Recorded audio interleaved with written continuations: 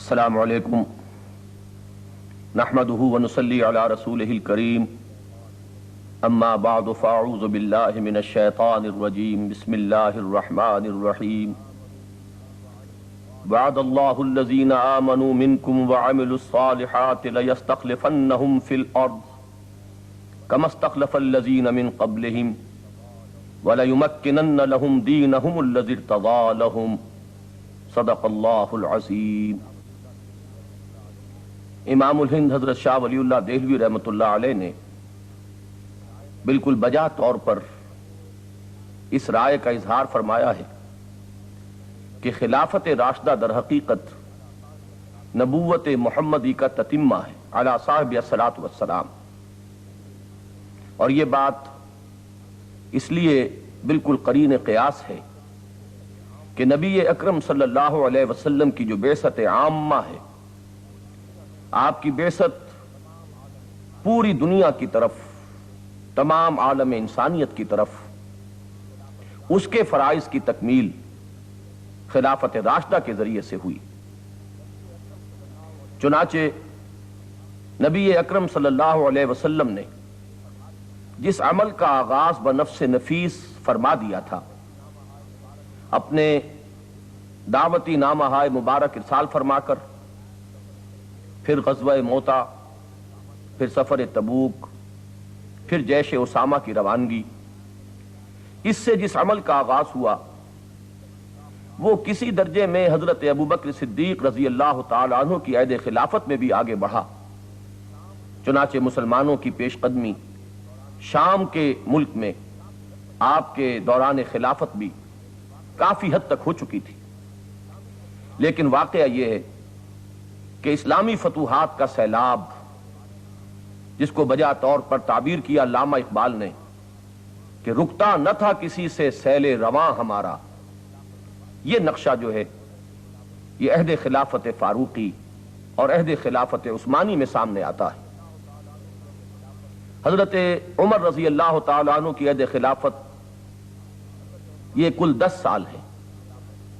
حضرت عثمان رضی اللہ تعالیٰ عنہ کی خلافت کے 12 سالوں میں سے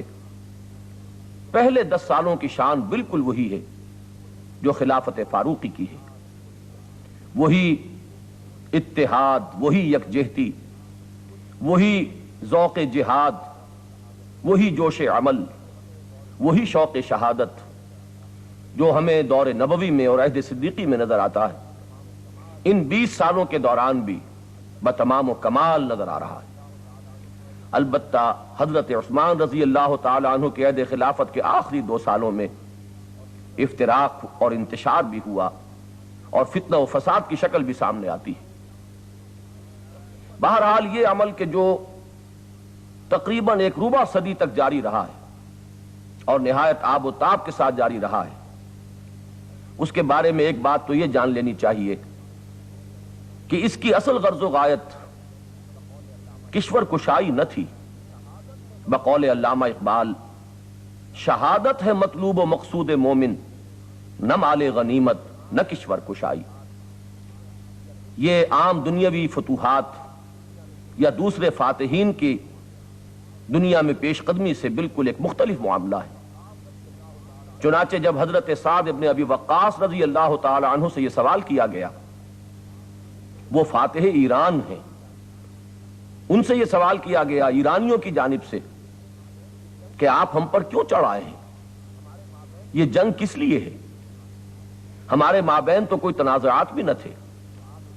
تو انہوں نے وہ جواب دیا جو آب زر سے لکھے جانے کے قابل ہے تا قیام قیامت، انا قد ارسلنا، ہم بھیجے گئے ہیں، کہ میں آیا نہیں لایا گیا ہوں، ہم خود نہیں آئے، ہم ایک مشن پر ہیں، اور وہ مشن کیا ہے؟ لنخرج الناس من ظلمات الجہالت الى نور الایمان ومن جور الملوک الى عدل الاسلام،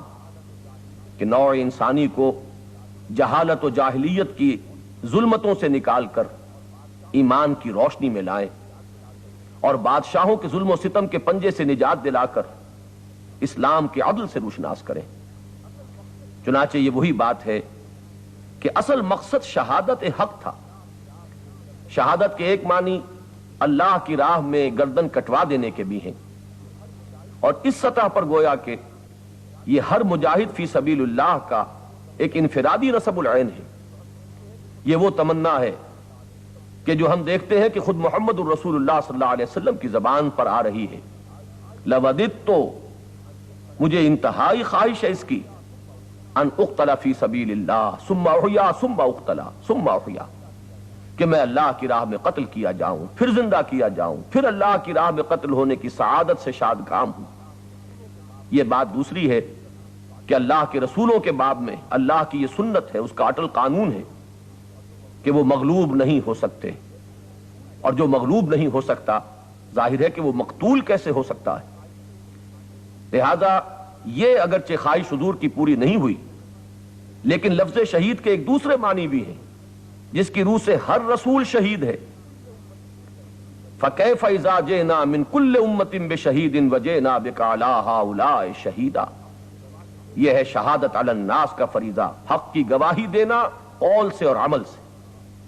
اور یہی وہ فریضہ ہے جو محمد الرسول اللہ صلی اللہ علیہ وسلم امت کے حوالے فرما کر اس دنیا سے تشریف لے گئے تھے۔ چنانچہ یہ بات سورہ بقرہ میں بھی آئی، وَكَذَلِكَ جَعَلْنَاكُمْ أُمَّةً وَسَطًا لِتَكُونُوا شُهَدَاءَ عَلَى النَّاسِ وَيَكُونَ الرَّسُولُ عَلَيْكُمْ شَهِيدًا، اے مسلمانوں، ہم نے تمہیں ایک بہترین امت بنایا ہی اس لیے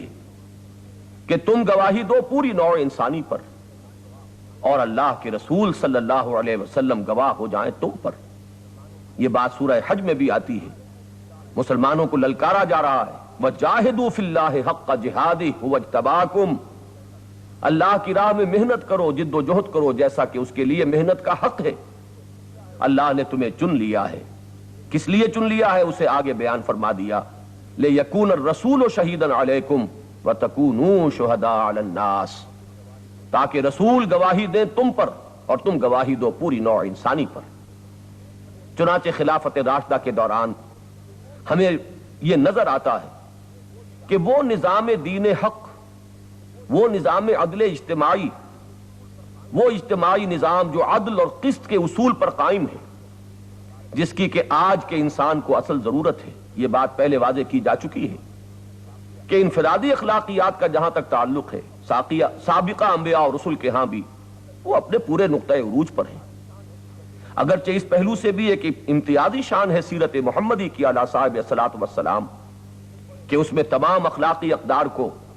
ایک بڑے توازن اور جامعیت کے ساتھ سمویا ہوا پاتے ہیں۔ لیکن نبی اکرم صلی اللہ علیہ وسلم کا اصل احسان، آپ کی اصل کنٹریبیوشن وہ نظام اجتماعی ہے جس میں عدل ہے، قسط ہے، انصاف ہے، ظلم سے پاک معاشرہ، اور وہ نظام جو حضور نے دیا ہم اسے دیکھتے ہیں کہ اس کی پوری ایکسفولیشن، اس کی برکات کا کمال ظہور، وہ للی ان بلوم وہ نظر آتا ہے دوران خلافت راشدہ۔ اس حضور کے عہد میں تو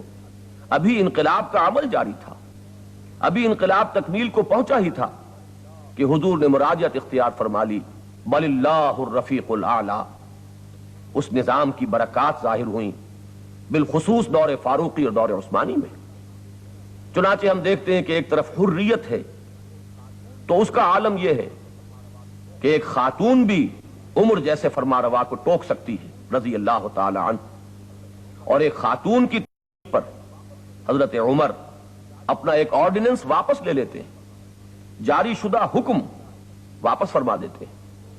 اسی طرح ایک گدڑی پوش، ایک درویش بے نوا سلمان فارسی برسر عام ٹوک دیتا ہے عمر کو اور کہتا ہے دوران خطبہ، لا سمع ولا طاعہ، نہ سنیں گے نہ اطاعت کریں گے۔ اور جب حضرت عمر دریافت کرتے ہیں کہ معاملہ کیا ہے تو معلوم ہوتا ہے کہ خالص ایک نجی تنقید ہے۔ یہ کرتا جو آپ نے پہنا ہوا ہے یہ ان چادروں سے مال غنیمت میں آئی تھیں، اور ہر مسلمان کو جتنا حصہ ملا تھا اس سے کرتا نہیں بنتا، اور آپ تو ہم میں ہیں بھی طویل القامت انسان، یہ کرتا کیسے بن گیا؟ یہ بالکل تنقید ہو رہی ہے۔ آزادی کا اور حریت کا یہ عالم ہے، اظہار رائے کی یہ کیفیت ہے، اور حضرت عمر وضاحت فرماتے ہیں، اپنے بیٹے کو حکم دیتے ہیں عبداللہ ابن عمر کو کہ تم بتاؤ کہ معاملہ کیا ہے۔ اور جب وہ صراحت فرما دیتے ہیں کہ میں نے اپنے حصے کا کپڑا بھی ابا جان کو دے دیا تھا تاکہ ان کی قمیص مکمل ہو جائے، تو اب وہی درویش بے نوا علی الاعلان کہتا ہے الآن نسمع و نطیع، ہاں اب ہم سنیں گے اور اطاعت کریں گے۔ مساوات اگر کوئی قدر ہے اور یقیناً ایک اعلیٰ قدر ہے، اس کا بھی ہمیں یہ منظر نظر آتا ہے کہ وقت کی عظیم ترین مملکت کا فرمانروا عمر فاروق، جس کے نام سے لرزہ طاری ہے قیصر و کسریٰ کے ایوانوں میں، وہ بیت المقدس کا سفر کر رہا ہے، اور کس شان سے؟ یہ ذاتی سفر نہیں، اسٹیٹ وزٹ ہے، سرکاری فرض کی ادائیگی کے لیے جا رہے ہیں، لیکن ایک اونٹ اور ایک خادم کے ساتھ۔ اور حال یہ ہے کہ ایک منزل خلیفۃ المسلمین اونٹ کے اوپر بیٹھے ہوئے ہیں اور غلام یا خادم آگے چل رہا ہے نکیل تھامے ہوئے، تو اگلی منزل میں معاملہ بالکل برعکس ہے، خادم اونٹ کی سواری کر رہا ہے اور خلیفہ مسلمین وہ آگے آگے پیدل چل رہے ہیں نکیل تھامے ہوئے۔ اسی طریقے سے عدل اگر حقیقتاً کسی شے کا نام ہے تو بتمام و کمال وہ نظر آئے گی اسی عہد خلافت راشدہ میں، کہ اگر گورنر کا ایک بیٹا مصر میں حضرت عمرو بن العاص کا بیٹا ایک قبطی کو مارتا ہے ناحق، اور وہ قبطی فریاد لے کر آتا ہے حج کے موقع پر، تو گورنر کے سامنے اس کے بیٹے سے قصاص دلوایا جاتا ہے، اور اس کے بعد حضرت عمر فرماتے ہیں اس قبطی سے کہ ذرا ایک دو ضربیں اس کے والد کو بھی لگاؤ، اس لیے کہ در حقیقت اس نے اپنے باپ کی گورنری کے زوم ہی میں تم پر یہ ظلم کیا تھا۔ اور وہ شخص پکار اٹھتا ہے کہ نہیں، مجھے میرا بدلہ مل گیا ہے۔ حضرت علی رضی اللہ تعالی عنہ اپنی خلافت کے زمانے میں